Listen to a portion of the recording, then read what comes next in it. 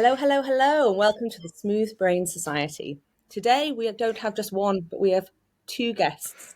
We are joined by two brilliant members of Women in Neuroscience UK, WIN UK, Ginevra Sperandio and Riya Verma. Ginevra is a pain researcher whose work explores the brain mechanisms behind how we experience and process pain.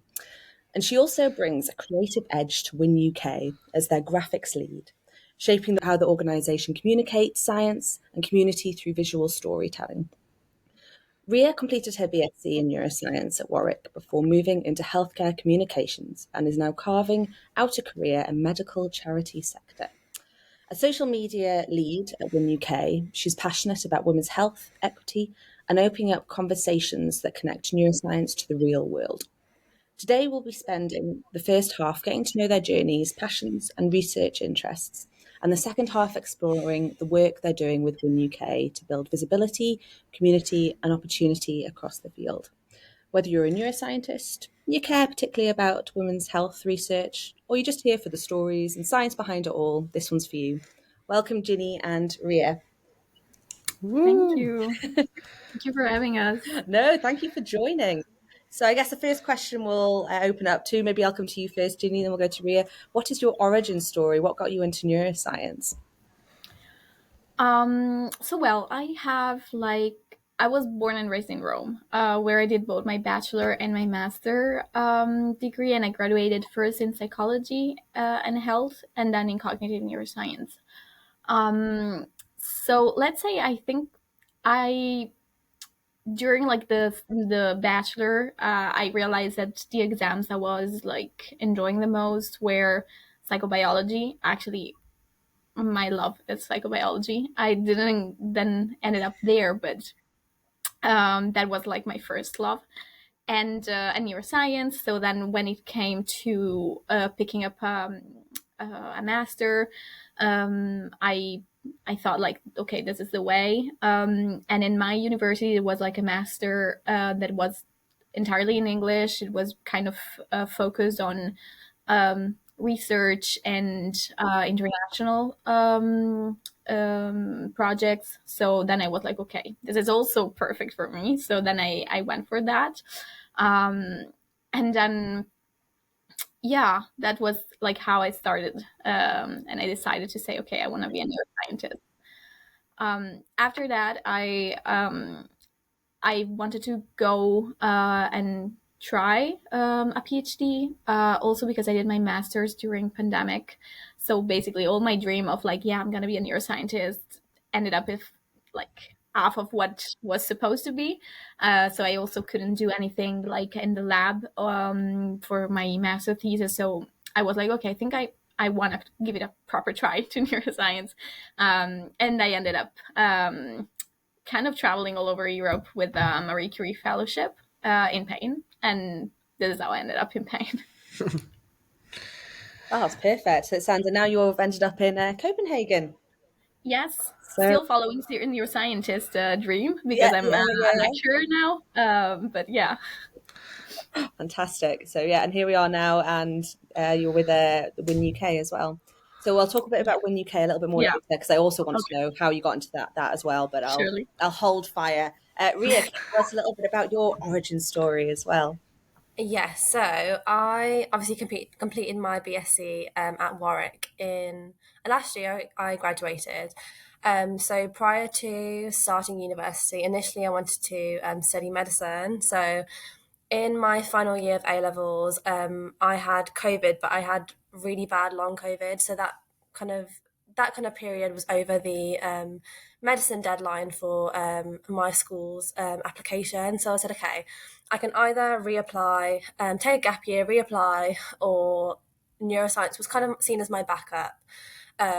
Or I wanted to do medicine with an intercalated year within neuroscience. People thought I was crazy and insane, but that's something that I've really enjoyed since a young age because I like knowing why people are the way that they are and kind of understanding how the brain kind of controls every single situation and every single emotion within your body and every single mechanism. So then I decided to say, you know what, let's go into neuroscience. And if I want to, then I can do postgraduate medicine. So I applied for university, for neuroscience at university, ended up going to Warwick to study neuroscience. Obviously, neuroscience at Warwick is very new. So we were the second cohort to complete our degree. So it was very new. Everything was still kind of figuring things out. So again, there wasn't a solid foundation in terms of any other routes after university apart from academia. But I knew that I didn't feel as though research was for me, so I didn't want to stay in academia. So I wanted to explore other avenues. So after leaving university, I explored healthcare communications. Unfortunately, that didn't seem a right fit for me, but that's completely okay. So now I'm working to kind of create a career within medical charities. So similar to the work that we do at Women in Neuroscience UK, and kind of a similar kind of ethos, because I do believe that that's kind of my purpose in terms of creating a difference within healthcare and within kind of medicine. Oh, that's perfect. So when you say medical charities, things like the British Heart Yeah, Foundation, yeah, yeah. yeah, Yeah, which I think you're the founder of WIN is currently at British yeah, Heart Foundation, isn't yeah, yeah. it? Yeah. I think their ethos really aligns with women in neuroscience. I think the way that this organisation runs, I think it's very similar to the way that medical charities operate in Yeah. terms of they really care for their patients, care for the work that they're doing as well. Yeah. So it sounds Yeah. like well, yeah. Well, I'm sure we'll see you there soon. How exciting! Do you have any questions here? Oh well, I've got a few. I guess the first question which I have is to Ginny, which was you kind of spoke a little bit about how you're chasing the neuroscientist dream, or like or trying to be a neuroscience researcher, and you made it almost sound like you fell into pain research. I was kind of interested in sort of that, like what you do within pain research, because we had Arnas Tamashauskas on, who does pain research in a very different way. He was looking at chronic pain. What kind of pain do you look at? What kind of research do you do? So my research was mainly focused on kind of building predictive models, and I think like the goal of most researchers is actually to find a way to stop researching that field. So the goal is always to kind of predict or find a solution. And my interest was coming from kind of adverse life experiences, maltreatment and abuses. That was my primary interest. And pain in that kind of way was the consequence that is often seen in people with such stories. And in my bigger like program, I had access to big longitudinal data sets across Europe with several different countries. One of my source of data was the Imagen project. That is a European project that followed adolescents from 13 years old till 25, and it's still ongoing. So like 10 years span of data, dream of every single researcher, I guess. So in that way, I followed up a group of subjects, of participants in that, and trying to understand the effect of all the different adverse life events on the development of pain and comorbidities. Also, another problem that comes with pain is that it rarely comes alone. It is often accompanied by depression and anxiety on top of that, but a lot of other mental health issues. So another core part of my project was the comorbidity component. So in short, what I found is that there are some um, adverse experiences that are mainly kind of go into the group of deprivation experiences that goes from like neglect experiences, but also like lack of health support and so on. this looked significant in affecting the brain volume of insula, which in terms was significant in the relationship between pain and anxiety and the development of pain and anxiety in comorbidity. This means that insula, that it's a really important area of the brain because it kind of merges the affective components and the somatic components. Being like smaller was also like impaired and ideally was causing like the development of pain and anxiety. On the other side, my other like big longitudinal study was on cancer patients, mainly breast and lung cancer. And in there, I tried to develop kind of algorithm that could be used in clinical practice to kind of predict post-surgical pain and eventually follow the patients like differently. So what I found was that both somatic components like age and preoperative pain, which it's nothing new in the field, but from my interest, like the psychological component that was important was distress, which is triggered especially in cancer patients when they get the diagnosis and then they start like this never-ending journey where you don't know when or if it's ending, and it starts with a really big component in the anxiety aspects. So this kind of three questions can be used in hopefully in clinical practice to flag patients before the surgery and then eventually follow them up. So that is like briefly my my research. No, that's incredibly interesting. I So just to clarify, the insular size, so insula is a region in the brain, and Yeah. like that size being important in sort of pain processing.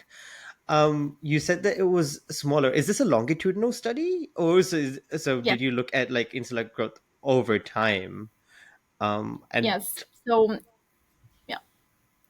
okay, Um, because I guess because my question was going to be that if you look at it over time, is there also sort of were you is there anything in the data which I know this is very hard and if you'd even know, but like was there anything in the data which suggests that if certain conditions were met or improved that like insular size was improved or like pain was better regulated, considering one how plastic the brain is, but two because you're looking at adolescence, right? So the brain's still growing. So I was just interested or curious in that. yes. So to go in the details of the study, actually this mediation model was significant in late adolescence, so like around 18 years old, and then we couldn't find it significant in adulthood, so when they are like 20 something. This could get into many different like conclusions or hypotheses on explanations on that. Mainly, as you mentioned, like the brain is still plastic because we're talking about like still developmental stages. Another component that was important was the fact that there was also a peak in the type of experience that they were having at that time. And another part that is really close to my interest was the sex differences. So if we then split the group, most of the results that I found in my research was actually just significant in the girl group, and that is another huge topic in the field. No, so what does that mean? What does that sort of mean if the significance was only one way for somebody who doesn't study it? What would that sort of yeah mean? So like analyzing like the data all together, or separated by sex, so having like the group of girls and boys separate. This kind of course comes into lowering the power of the analysis. So this is why it's often the case in research where you don't see the data split, but it is still important both results are significant in a way that it is important to see the group as a whole and separate, because you also find, of course, trends that cannot be seen if you split the groups. But yeah, like most of the results then were kind of null and in the group of boys if we analyze them alone. So what you're saying is there was just significance in the women. Did the men show any differences compared to women, or were you just specifically looking at the insula? At the brain level, yes, I only looked at the insula, and the group was like really really small to properly run an analysis.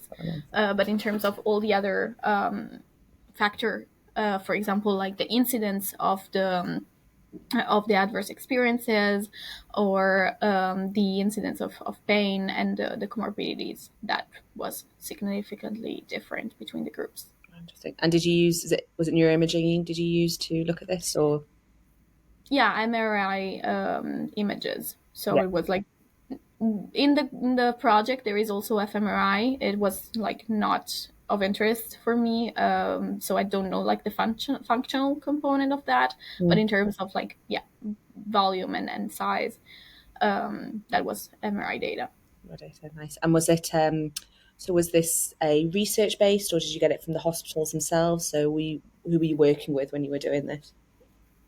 So this is a huge longitudinal study that involved several different like collection sites. So both like research institute, but also hospitals. And I think I also had data from the UK. So there is a lot from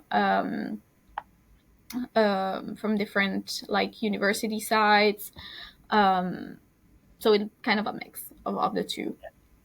Okay, so But very yeah, like just to be sure, like these are not patients. yeah, So it's only like general public. The collection of the data and like the recruitment was run in schools. So we ended up maybe having people being patients like on and on, but the initial recruitment was like excluding all those criteria. got you. So yeah, kind of a lot more research focused and going into the hospitals. So because you're like very interested in pain, done a whole PhD in it. Ria, when you're kind of because I appreciate you're the social media lead, but just in general, is there something you particularly enjoy writing about or sharing when you're doing your health communications or your medical comms and charity work that you want to do in the future? I think it would definitely be women's health. So even at Women in Neuroscience UK, I also work as the blog writer for the reality section. So within this, I've tried to kind of incorporate my interests for women's health within the blogs that I'm writing. So the one that I enjoyed writing most was about PMDD, so premenstrual dysphoric disorder. So I think having a personal experience myself with it and kind of exploring it much deeper and kind of understanding why it occurs, or kind of grabbing as much research as there is available, because obviously the funding within women's health is so poor at the moment, so poor. But I think that communicating this research and having it accessible to the wider public, I think that's something that I hope to do within my work. But also I think to kind of eradicate misconceptions within female women's health. So, for example, within PMDD, many individuals, such as healthcare professionals, think that it's kind of just made up in your head, and it's just kind of this thing that we experience, and it's not a real thing. But I think that communicating how these conditions are real and they're not just kind of a Western culture-bound syndrome, I think that's something that I strive to do within my work. How difficult have you found it, sort of being able to communicate, which is neuroscience, which is, as it says, quite heavy science-based things to sort of general public? Yeah. Do you have particular approaches, or what's your process in doing such things? I think I kind of like to dissect it in terms of what they are, specifically kind of in terms of medical terminology, and then move on to symptoms and move on to research. But in terms of research, I'm clearly explaining key terms so that the general audience is able to understand them. But also in terms of, I'm always also including resources in my work. So there's a lot of podcasts that are available for the wider public that do explain certain terms and certain medical conditions in a good enough way that the general audience can access these and they are easy to understand. So I do always make sure to include podcasts within my work and kind of resources. So there's a lot on online about, so with PMDD, I found a lot on the Mind website. So there's a lot of smaller clips, even if it's information leaflets or even podcasts or even smaller videos that further explain what we're trying to research and what we're trying to explain to support our work. Yeah, it's really good because I guess people learn in different ways, don't Yeah. they? You can't just Yeah. read. You need to see sometimes. You need to hear. Yeah. Yeah, so that's so you're kind of getting you're kind of doing all different types of Yeah. senses almost. So what you're saying is it sounds like there's just not enough. So with PMDD, there's not enough research. There's not enough learning into healthcare. I know endometriosis is obviously a very hot topic at the moment, which is coming up quite often. What do you think? How do you think we can get better research and healthcare within women's research? That's a really wide topic. I'm asking this to both of you because I feel like this will open a can of worms. What can we what can we do better? As in terms of the general public or in terms of us as neuroscientists? You know what? Both. But let's do the neuroscientist one first, and then we'll do the public Okay. one afterwards. Good question. I think kind of raising and opening up discussions about these conditions amongst blogs, amongst videos, and amongst different platforms. So we do have blog content, and we also produce videos in a smaller section where we're able to explain what certain conditions mean, and again, abolish common misconceptions that are within the media. And I think that's a really big thing to we're working with within women in neuroscience. So again, those kind of things where a lot of the times females are going to the GP and they're not being their feelings aren't being validated that their conditions are real and they're not just made up in their head. I think that's a huge thing. And in terms of the general public, if we're talking to individuals such as sisters, mothers, friends, and kind of sharing their concerns and kind of sharing our own experiences. And when we're going to the GP, kind of pushing for as much as we can further help within our conditions. So, for example, if we're going to the GP about certain conditions that we've experienced, kind of saying, is there any information resources or leaflets that we can access online, or that you're able to give me better understanding of my condition or better understanding of my symptoms, so I'm able to not educate myself, but also the people around me as well. Yeah, so like you're just constantly like sharing that message with everyone. And I guess as neuroscientists, that's maybe something we need to take on, or is like advocating for, not just obviously the research that we're doing, but for like, the kind of the larger kind of patient groups that it affects. And that's very like ground up, but I also think I know you guys can give better opinions of it because I guess it's something which Women in Neuroscience UK does, but having sort of that leadership roles, like sort of more sort of representation in leadership means that you probably will get those more grants or more sort of effective orders from the top to be able to do certain things. What are your opinions on that? Ginny, do you want to take this? Okay, yeah. So I would say like I think women in neuroscience has already done a lot in that direction, and of course, like we are a group of women, but we are actually more than happy to have men involved, and the change comes also in that where like the kind of feminist movement or feminist issues are not just from our side. So in terms of like leadership and of getting like the space, I think like having a leadership position in Win UK really gave me also like the confidence to say, okay, I'm doing something. I can get this responsibilities. I can deal with all of this going on. And I'm sure it's also like a big component of being like a role model for people from the outside, and see like what a group of women could have could do and have done. Um, Not sure if I'm answering the question. I, I think visibility is like a big factor. So when I was doing my PhD in New Zealand, I was the only brown person in that entire floor, and it kind of would have been nice to see somebody else. And a lot. So our previous guest on Ellie Rukowai, she spoke a little bit about sort of visibility because she's Maori from background, and just having more people who like look like you, sound like you in a space can help in terms of when you're sort of young and you're developing sort of things in early on in your career. Yeah. I also No, I really like the completely point. agree. Oh, sorry. Sorry, after I really like the point you said about that women in neuroscience. Did you say you also take male members as well? Or yeah, We don't put it as a yeah. It's restriction, you know, so it's it's that's just very not important. happening. Yeah, I think that's actually just such an important point. Being like, feminism does not stop with women. Feminism is Yeah, everybody can be a feminist. So Yeah. being like, oh, I maybe have. Although people will say not say this so much anymore, but I maybe have a voice that people subconsciously listen to more, maybe as a man, like by joining possibly like Win UK, like there's rooms that we might not be able to get to where they can advocate and get more women in those spaces as well.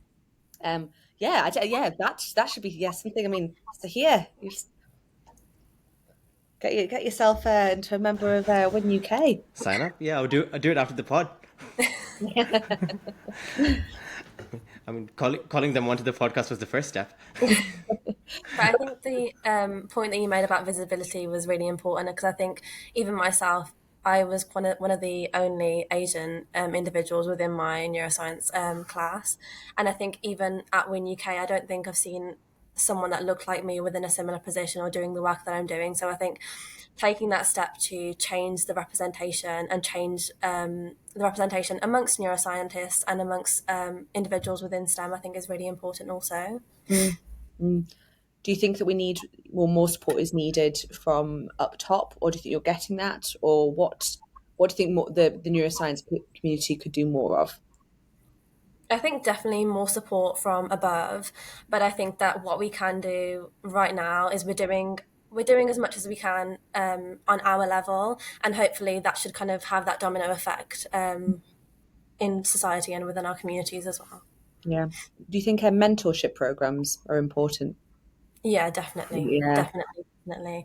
I think especially when we've been through similar situations and we've experienced certain gender biases within our work and within our communities, and I think if we're able to kind of support the younger generation throughout their university careers or throughout their careers entirely, then I think that will be hugely beneficial for them and also for future generations to come. Mm. Yeah, absolutely. There's a big thing about being able to, see yourself. Um, Yeah, I I once had I once knew somebody who got quite mad because they applied to be a mentor, and they it was a mentorship for in London, and it was for people who were black, and they were not. And they made a comment saying like they're being racist. I can't be a mentor because I don't have the correct skin color. But there could be lots of people who haven't yeah, experienced that. I don't have that person yeah, there. There might be a lot of people like me, further up who, I feel like, oh, I can see that, I can see that person doing very well. That's, fine. I can go to them, but there might not be a lot of people from other backgrounds, as you said, Ria, like when you were yeah, um, you're doing your undergrad, and it's quite important to have that there. I remember just being like a little bit taken aback by it, like by this different types of yeah. language that people maybe just don't quite get. Especially when you're talking to individuals, they need to see you as relatable and they need to kind of see you as you've Yeah. experienced similar things to them. So how can Mhm. you give advice on things that you haven't experienced, I think? Yeah. Yeah, Yeah. absolutely. Yeah. Yeah. Oh, I'm glad I opened that big room. That was a good talk. I may I add something on Absolutely. that neuroscience is also like a kind of special field because it mixes and takes a lot of different faculties and different topics, which is also why I love neuroscience, because you can actually do completely different things. Just because we're studying the brain, we are in this box of neuroscience. But in terms of like this, the representation, what we see is that at the lowest, like at the entry levels, we have way more women. This semester, I only had girls in my class, which was amazing, by the way. So, because we have a lot of like psychology people coming, so sometimes it's difficult to also demonstrate that this is a problem. So we always see like the scissors effect, and it becomes later a problem. But I've been also addressed like at my previous lab, where basically there were only women, but the head of the department was a man, and he was like, "I don't understand. What are you complaining all about? Look around you." And I was like, "Yes, but you're the lead in here." So you see that there is still a distance, like a difference. And in neuroscience, in this, it's special because it gets this really low level of people in higher hierarchy. No, I completely agree with that. That like even in my labs, it's the lead was very rarely a woman, but like a lot of the people underneath were, and like my teaching stuff, same thing. Lots of girls, which is a good thing. There is an argument that that will take some of it will just be healed with time, because I guess a lot of the people who are in are younger or are earlier on in their careers, and a lot of like people in the 70s and 60s were men who were doing this stuff, so they're the ones in leadership positions now.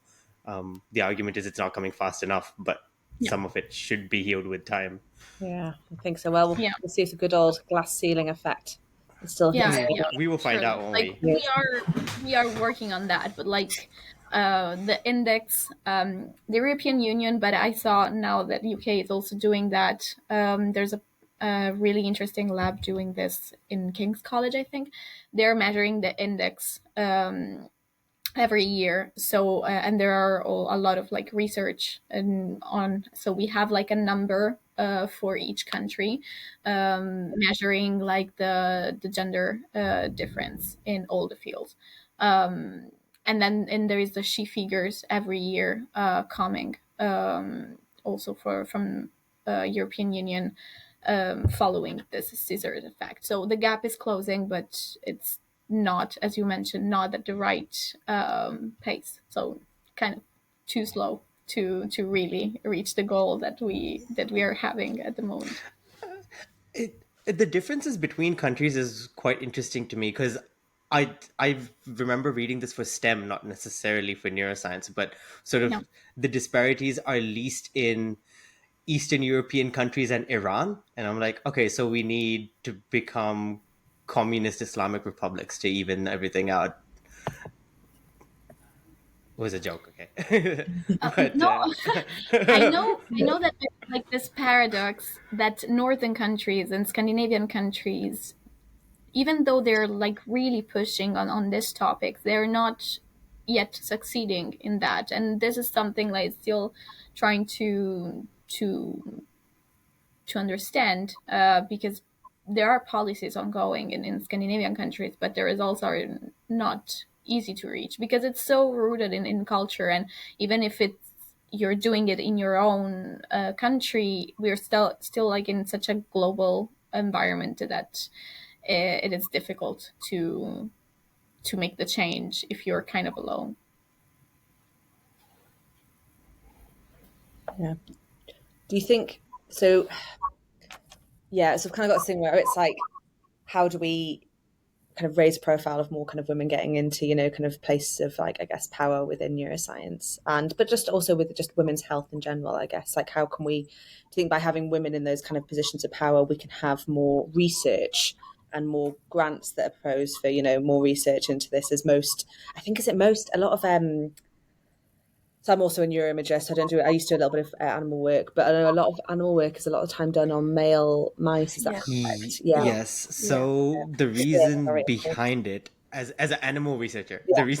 the reason behind it, or what was argued, or what you see, is because the ovulation cycles of mice and rats are about 4 days long, and so they tend to mess with the results.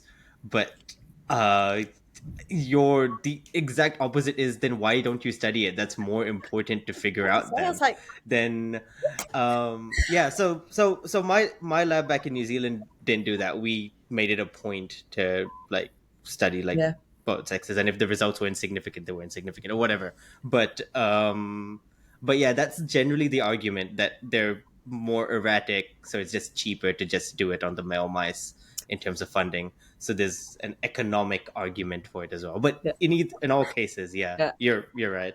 Listeners, I'm going to tell everyone a little bit something a bit shocking here. Not only do women mice ovulate, human women also ovulate. Shocking, shocking, I know, but here we are, and wow, that is quite the argument. That's quite. I know it's not physical I've humans. heard some shocking ones, because we had to justify it in our ethics approvals, right, for why we were doing this and how much money we were using it. So I've gone down the rabbit holes before. Yes. Um, so, do you think, in general, what we need to do is within research, we need to have, whenever we look at research, we need to just look at sex difference as a whole, or do you think we need to completely just look more into women's health on its own? I think a bit of both, I think, really. So definitely kind of, especially when you're doing animal models, if you can use female models, please use them, especially when the conditions that you're researching have a high predisposition within females. I think that's a really frustrating thing also. And especially, there's definitely more research that needs to be done within females' health, especially in terms of funding. That's a big issue within that also. I will go a little like bigger. I think like the problem nowadays is that what we call evidence is just coming from like really narrow kind of non-representative samples, mainly men, mainly white, mainly coming from like what are called like weird countries, so like Western, educated, industrialized, and democratic. So like it is more like getting a bigger picture of what exactly is that mechanism throughout the whole population. And in this, we also get into like the sex differences and in women's health, but it's more like a big problem in research. So like the idea of like one size fits all, it's not, and we are doing that a little bit in trying to have this precision medicine, but we are still running precision medicine studies in the same population as usual. And even with this big data, I use big data. I only had that. I was just my PhD research, and I used what I had. And for example, a lot of the studies are for example, in the UK, come from the biobank, an amazing resource. But we know the limits of that population, that it's a population that was selected and started being analyzed years and years ago. So like it's good we have longitudinal study on that, but we should like shift to another kind of population, and have most a different like representative in science. And again, so in this we need sex differences because we have, and this is what equity and equality is, the change. Like if we use the same approach to everyone, this is equality, it's good, okay, but we need equity because we don't need the same things. We need to like, there is a really basic like letter schema to explain this difference. If you give like the same box to watch something on the other side of a fence, you are still not getting all the people looking at that. If we actually give the right amount, the right like height of the box to compared to the height of the person that want to look after the fence, then we get equity. So this is where sometimes like the kind of the pitfall of understanding that we don't have the same needs. And it's extremely difficult. I don't have any solution on that. Please don't ask. But I think like we should look in that direction. Yeah. Sounds like by just identifying it is, the biggest thing, yeah, like I mentioned before, like, some women have endometriosis. That's probably not going to be something that affects, other Yeah. people.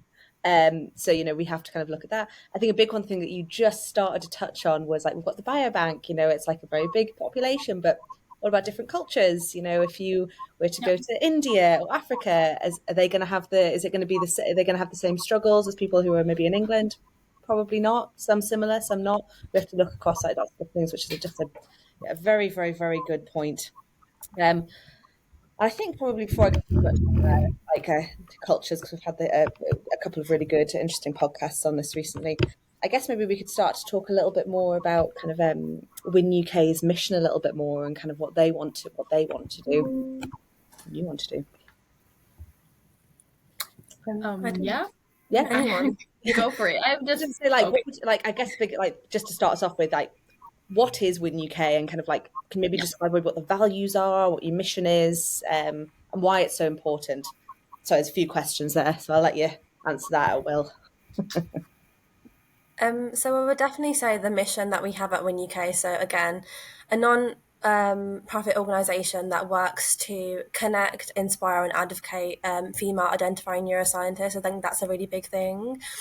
Throughout the content that we're producing, throughout the blogs that we're producing, throughout the workshops that we're hosting, the in-person events and the virtual events that we're hosting, to bring together a group of like-minded female identifying neuroscientists to connect them together and then advocate for female neuroscientists and their challenges that they've experienced, but also advocate for certain conditions that aren't widely spoken about, that females have a higher predisposition for experiencing certain conditions. I think that's a really big thing also. Yeah, so we have this like nice motto, I would say, that is like to inspire, connect, and advocate, that really summarize well our mission. And it has the purpose is to tackle sexism and gender bias and for a more like inclusive and innovative neuroscience. Everything started in 2022 by Litzy English, that we all thank for existing and doing that.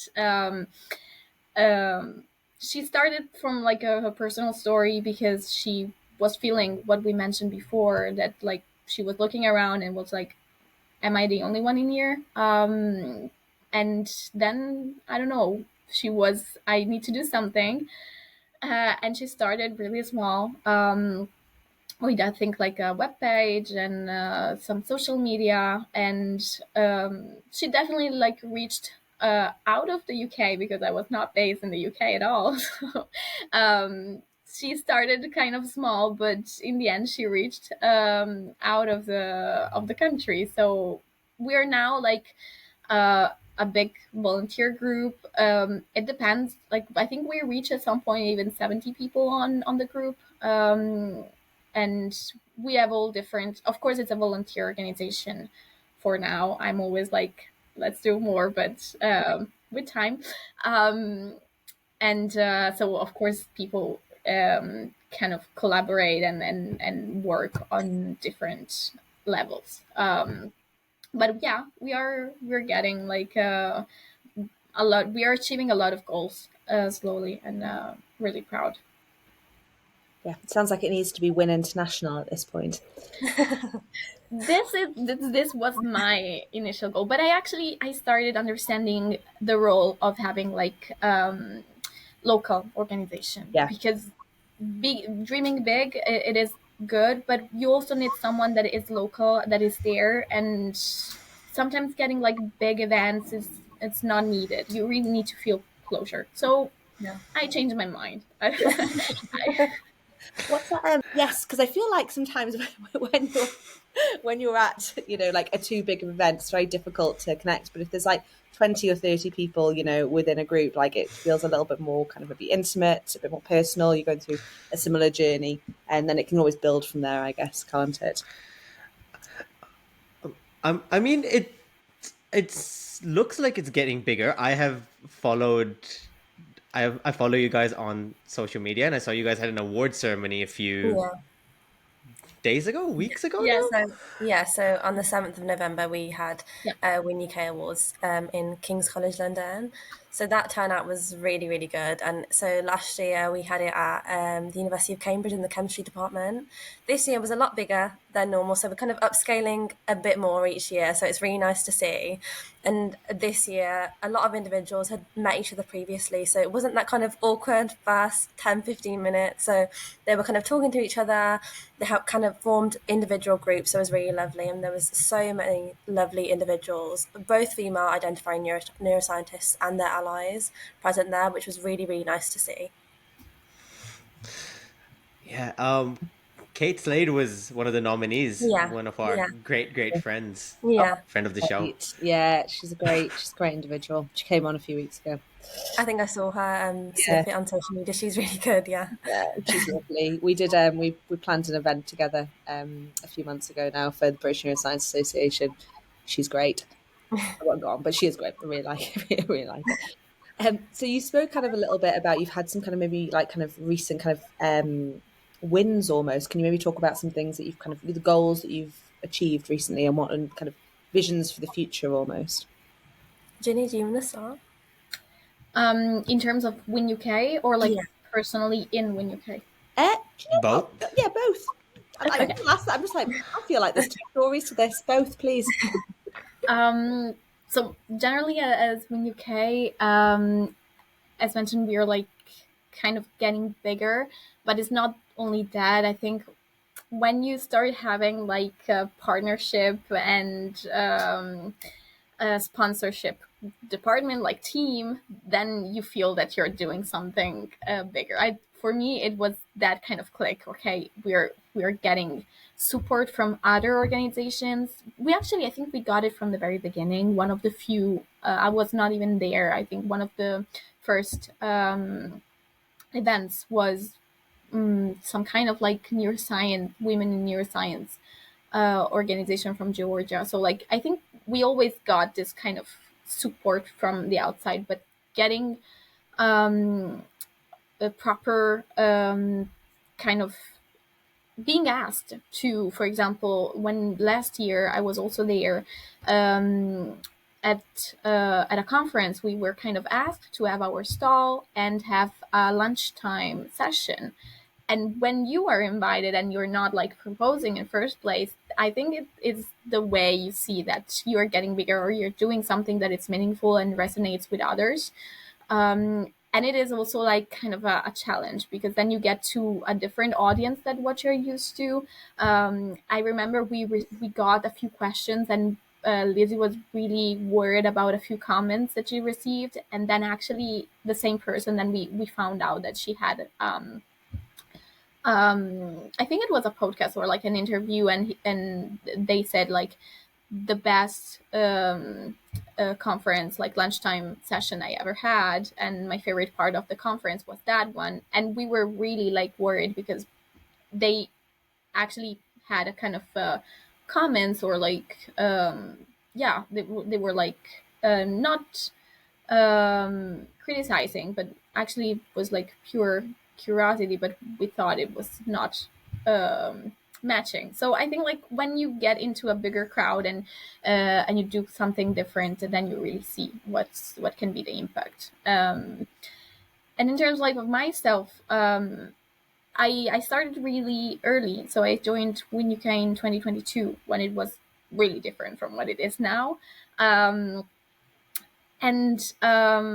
what attracted me of Win UK is exactly the fact that it kind of still look at the kind of like the young generation of neuroscientists. So other organizations exist, and we have World Women in Neuroscience. We have other groups, but the approach that Win UK has is really kind of like appealing to the undergrads and or like PhDs, without excluding older like generation or like scientists.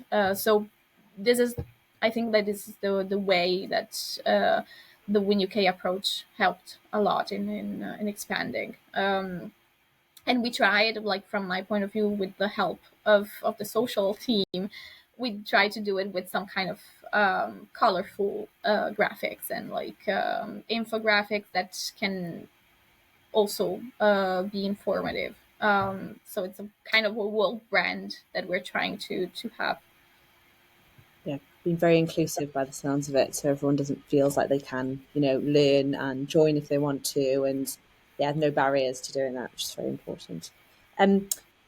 So you spoke a little bit briefly about maybe getting some I know in this case it was perceived maybe negative kind of feedback. Has there been many difficulties? I know sometimes within kind of when you start kind of groups there can be negative feedback, and if so, how do you deal with that? How do you tackle that? Yeah.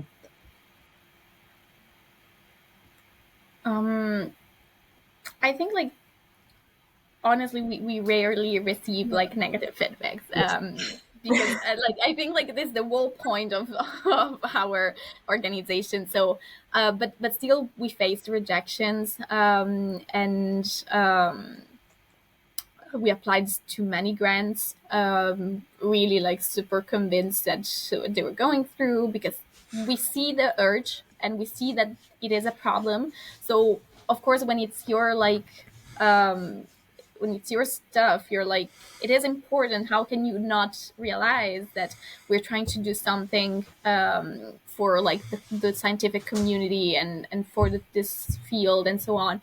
So I think like there were a few times where we got like grants rejected, where we were like, okay, maybe it is not exactly, maybe we're not kind of touching on the right things. And that maybe could have been a little difficult, but overall we receive really positive comments when we have our events. And sometimes it's also like another thing, maybe sometimes with our virtual events we got really few people attending, and that could also be a little, because there is a lot of effort in even with us with the virtual events, like with webinars.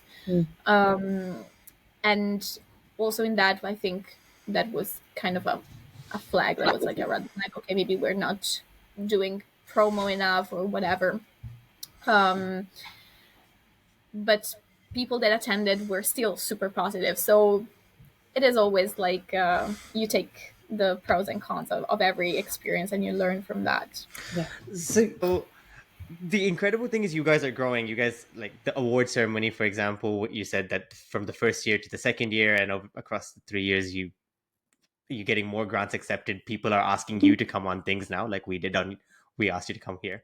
But you also mentioned that you realize the importance of organizations like yours being local or focusing on local, sort of like staying within the UK to an extent.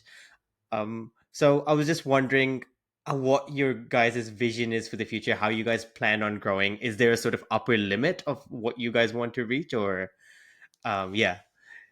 Yeah, currently there's no upper limit at the moment, but I think that slowly increasing our sponsorships, our partnerships within the UK and internationally. So we also had a organisation, the Transmitter News. They sponsored our Win UK Awards this year. So a representative from America flew to attend the awards to present an award there. So again, smaller improvements and smaller, widen our reach and smaller positions. I think that's the way that we're working from now on. But I think that from the years onwards, so for 2026, 2027, it's again to have that small increase in our reach and also our partnerships and the work that we're doing as well.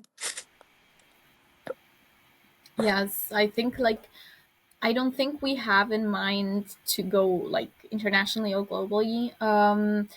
But the fact that we had sponsor from outside the UK for the first time, it's already a good sign.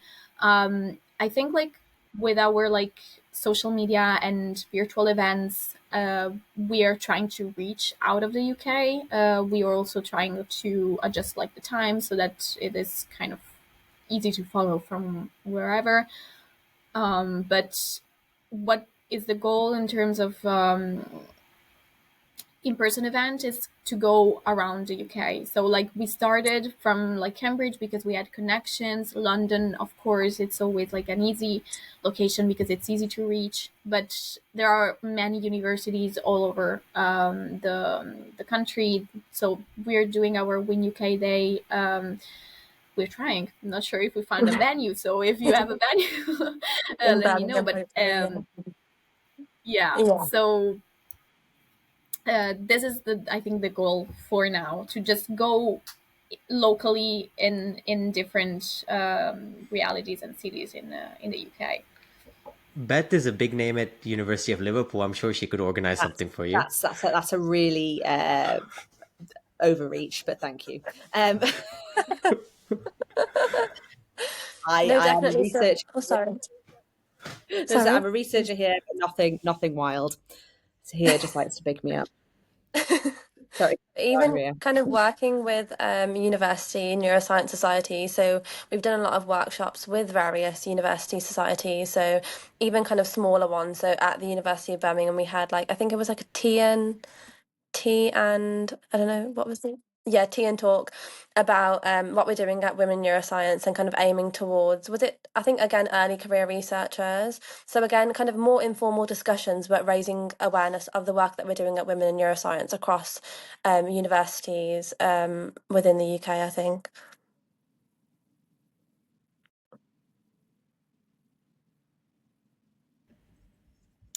So you've been to kind of multiple. So which university was that? Birmingham, did you say? Yes, Birmingham, yeah. Yeah. Do you think you Yeah. maybe want to go around and do that at lots of different universities, have little tea and talks, like to Yeah, kind of so spread, as we spoke about earlier, like spreading awareness and spreading the word? yeah, so I think Lizzie's done a lot of gender bias workshops across different universities across the UK. So we've done Plymouth. Can't think of anything more. Plymouth. I'm sure there's definitely been something done at Cambridge. Can you think of anything more, Nottingham, Ginny? Yeah, Nottingham. We had Win UK Day last year, which the turnout was Nottingham really, really because we have a good. big group Yeah, Yeah. of PhD. volunteers there.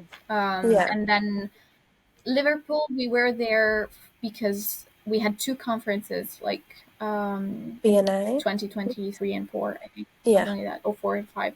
And Oxford, but yeah, it's still like, I don't know.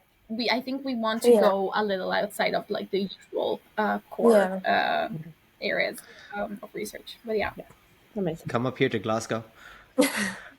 We do have some volunteers in maybe Scotland also. Yeah, not. yeah.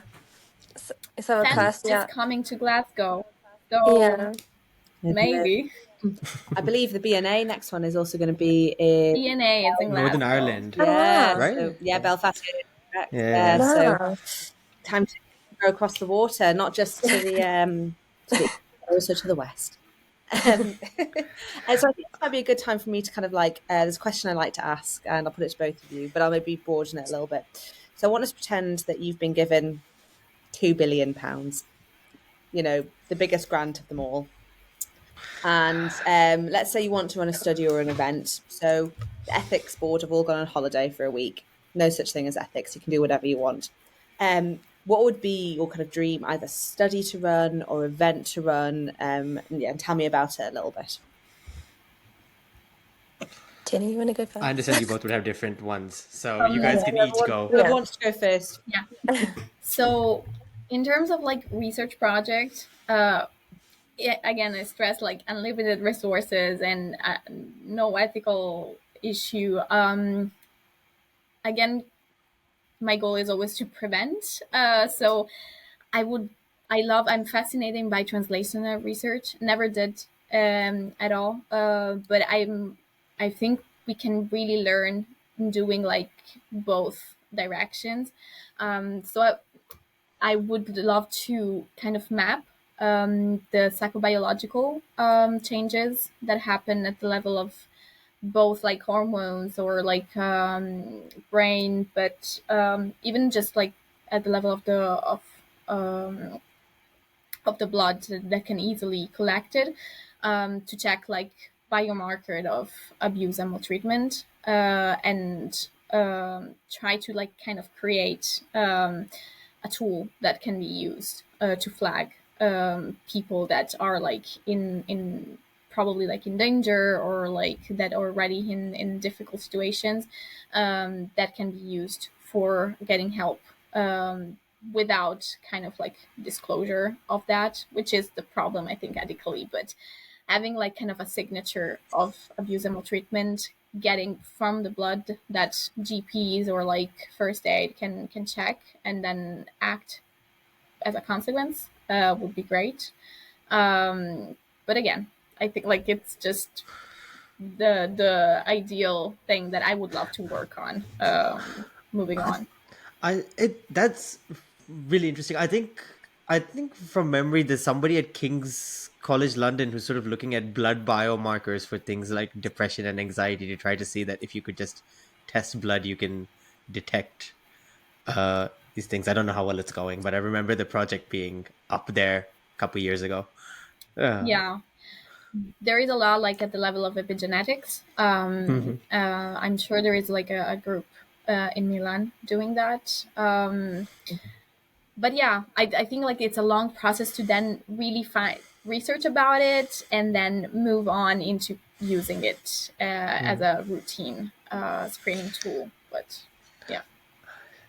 I mean that actually brings up a question which I had for Ria at the very start, but we didn't actually get to it. Was because you work or want to work with third sector organizations, sort of that. What do you think researchers can do better in terms of working with such organizations? Because I feel a lot of disconnect actually happens between the research and then applying things in the real world. So somebody who doesn't work in the research phase, it'd be a good thing to hear about your opinions on that. Yeah, sorry.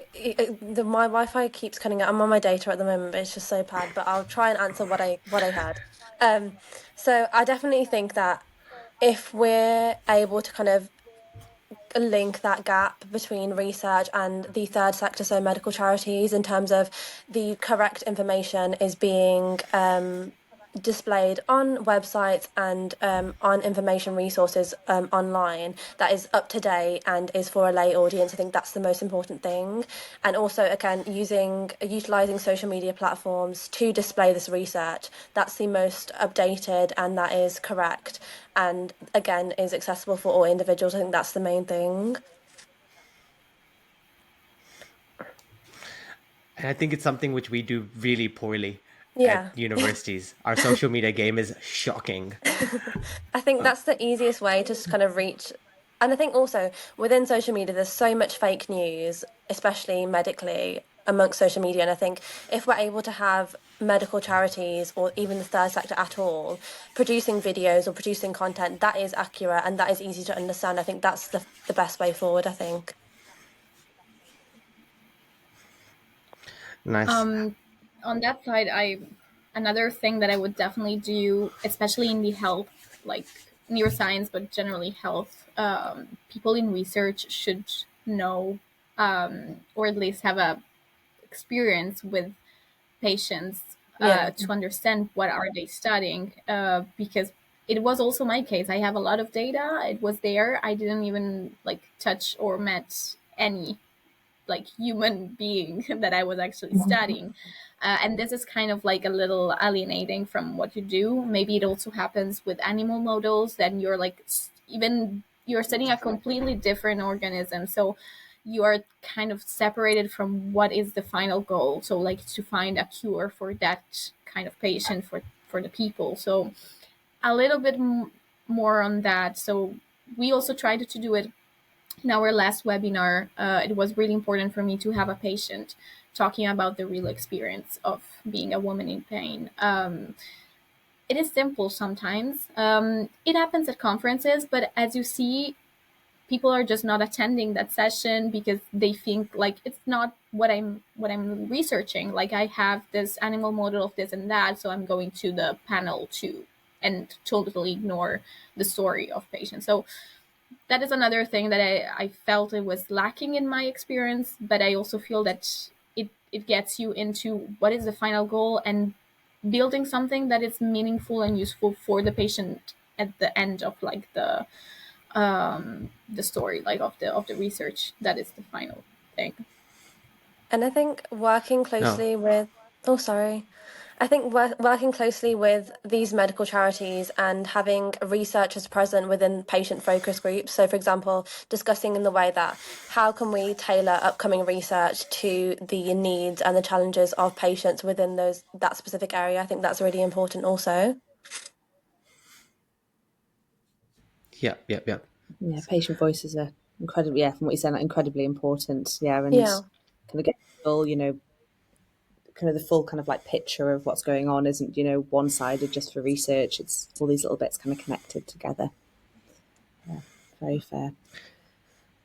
Beth, do you want to ask Ria the 2 billion question, and then we can wrap up? Yes. Do you have an All answer for right. the two? Yes, so it was very similar to Ginny's actually. So in terms of using biomarkers to test for specific things, but mine was mainly to do with the menstrual cycle and how we can kind of use that as a diagnostic tool for many other conditions. So, for example, I know that I don't know if it's very common within healthcare. I don't think that it is, but kind of symptom tracking. So, for example, women that experience extreme symptoms, so for example, high amounts of pain, PMS symptoms, or even high amounts of bleeding or absences within their period. If we're able to symptom track their symptoms throughout their menstrual cycle in terms of how they correlate to increases or decreases in certain hormones. What does this mean, and how can we help? How can we use this to diagnose specific conditions, such as in chronic conditions like endometriosis, PCOS, chronic stress, for example? But also, so I think I was researching last night. The FDA has approved a test using menstrual blood, so testing for biomarkers in menstrual blood. So I think they've done something to do with diagnosing a test for diabetes, looking at, I think, a hemoglobin A1C maybe. So that's just been approved. But even if we're able to look at the biomarkers within menstrual blood, again, for inflammatory markers, to further support how we're able to diagnose chronic conditions like PCOS, like endometriosis, like chronic stress, for example, that would be really interesting. Yeah, funded, both of you. 4 billion done. Yeah, really. And yeah, you're right. Not like you just don't hear a lot about it, and yeah, would also be like you'd want it to be like like a massive study and like get Yeah. across the world. Yeah, I think 2 billion could fund that. I had asked you guys on the email if you guys to have like hot takes or things like that. Did you guys prepare, see them? Yes. Yeah. I Do can you guess guys what. do you guys have any? Yeah. Can Ginny, you you want to go first? Yeah, Beth, do you Okay. want to ask them both? yeah. Ginny, what is your research hot take? My hot take is like that there is no such like universal mechanisms, and the one size fits all doesn't really exist in neuroscience. Okay, I briefly, if I need to like explain that, is that currently we have like research ongoing, and the evidence that has been produced, it's basically coming from just a narrow of non-representative samples. So we have like mainly male, reach, white, mostly coming from Western educated countries, and that is just not the case of the world population. So until we don't make science representative, we just don't really find the right treatments and the right solution to most of our problems. Oh, very nice. Perfect. And Ria. what what is your hot take about your field? So obviously I'm not specifically in research, but I would like to talk about my interest. So again, female health. So my hot take would be that it's not all in your head, and specific conditions that you are feeling and specific symptoms that you are feeling, they're not this Western culture bound syndrome that you're experiencing. And I guarantee you that so many women are experiencing a similar thing. They're just not widely spoken about within mainstream media. So you feel like it's made up, but it's not. I promise your feelings are valid and you're not crazy at all. Perfect. Brilliant. I think those are good notes to end on as well, that Yes. everything isn't generalizable. Yes, very And true. Can I have one question? I think might be of might be course, good on. So, for listeners who might want to support or get involved with Win UK, what would you tell them, and what's the entry point as well? As we mentioned before, everyone is welcome. And we are always in need. So feel free to reach out if you're interested. Just even email us, or any social media message works well. We usually have recruitment rounds on need, but honestly, maybe it's every quarter or something. So maybe we just finished one. So in a few months, I think maybe there's going to be a new one. Currently, we are looking for an advisory board. Like, we're building an advisory board, so also everyone is welcome to join in there. We are looking for and seeking for different expertise, especially if are a little outside of neuroscience, because we need some expertise also on practical things. We had, I don't know, legal issues or like event organizations, everything is needed.